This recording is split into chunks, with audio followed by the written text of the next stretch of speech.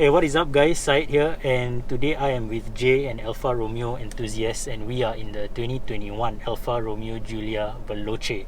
And there are some interesting things about Alfa Romeo that I myself didn't know before this. One of the very first things is that this car, you can think of it as a Ferrari Sedan. Why is that the case? Yeah, so I guess why this can be said to be a Ferrari sedan is simply because back in 2016 when Alfa wanted to revive the brand, they actually went to Ferrari and seconded a team of Ferrari engineers to actually develop the chassis and some of the engine and suspension suspension components for the Giulia.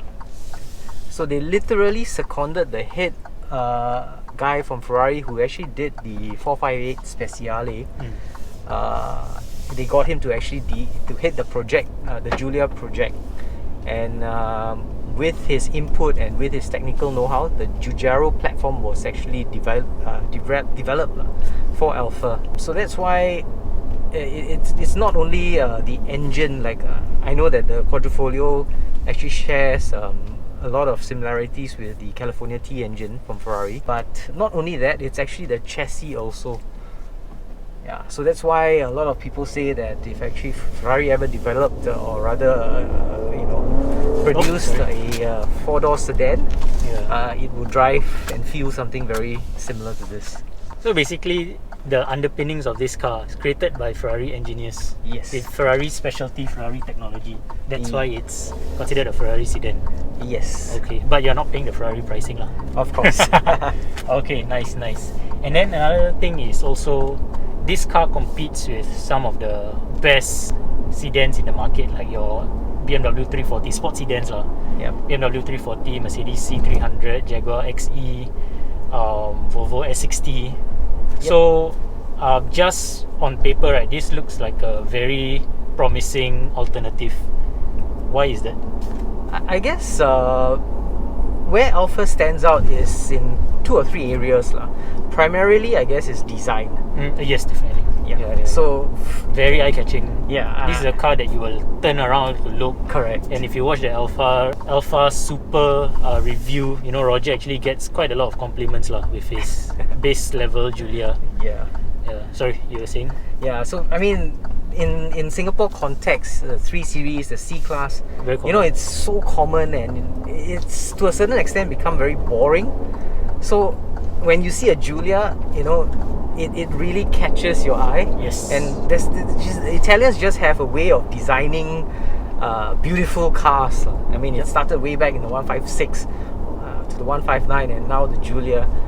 I may be biased, but I think between all the competitions, this is one of the prettiest, or the prettiest, most eye-catching. Yes. Yeah, definitely. The second one will, I guess, be bang for buck, which means definitely engine output. Yeah. So this is a 2-liter, 280 horse car. Yep.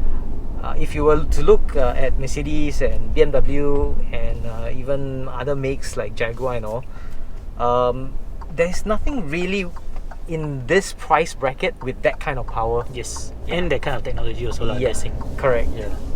So remember, you're paying Ferrari technology, Yeah. So it's value for money. Yep. So the value for money proposition is there, but like I said, unfortunately in Singapore, people buy a lot of times I think like if you have friends and all, BMW, Mercedes is still the default. Yep. Yep. So we are a bit of an outsider brand.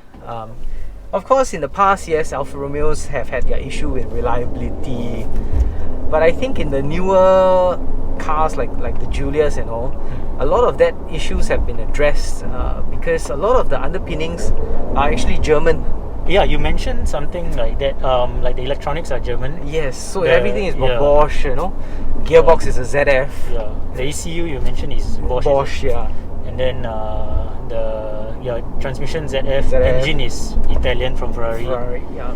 So they have blended a good mixture of German reliability with the Italian flair in their cars, in this new breed of cars. And the pricing also not like crazily expensive if you look at it from that perspective. Correct. So at 255,000 for listed price, list price okay.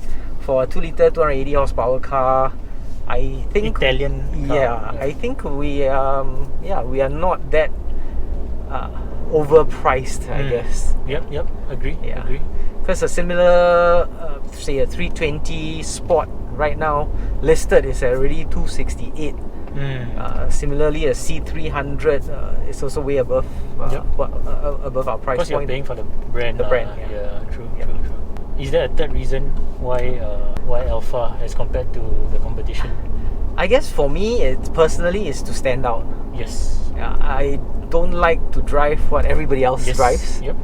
And brands like Alfa Romeo, it just differentiates you from all the rest, I guess. Okay, one thing I learned from Roger, who owns the Giulia Super, is that Alfa has a very strong community. We want to share a bit about this community, especially in Singapore. Like what can someone expect? I guess there is a very, very strong Alpha enthusiasts are called Alfisti. Alfistis. Yeah, so there's a very strong bond between Alpha drivers. Through the club, there's this club called the Serpent's Pit. So the Serpent's Pit. The Serpent's Pit. Why? Oh, because the Alpha is a the snake. Alpha it's actually a serpent. So through the club, there's actually a very good camaraderie between a lot of the owners. When we catch up. I mean, post-COVID, we used to do a lot of drives. So it's a very, very driver-focused kind of community. For a dealer, the prices are not crazily expensive in terms of maintenance. Yes, of course. So for EA, Euro Automobile, which is the distributor, unlike the perceived perception, the old perceptions where people think that you buy Alpha, parts are going to be crazily expensive. Need to wait from Italy or whatever. It's not true.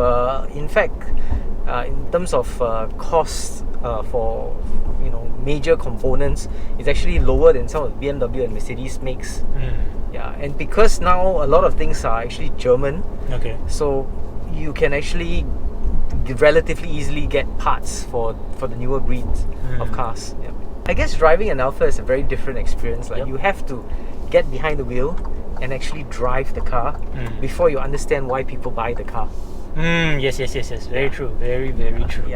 Driving a BM, driving a Merc, and then driving a Volvo, they're all very different driving experience. But if you are an enthusiastic driver like myself, once you drive an Alpha, you will generally come back and buy another one.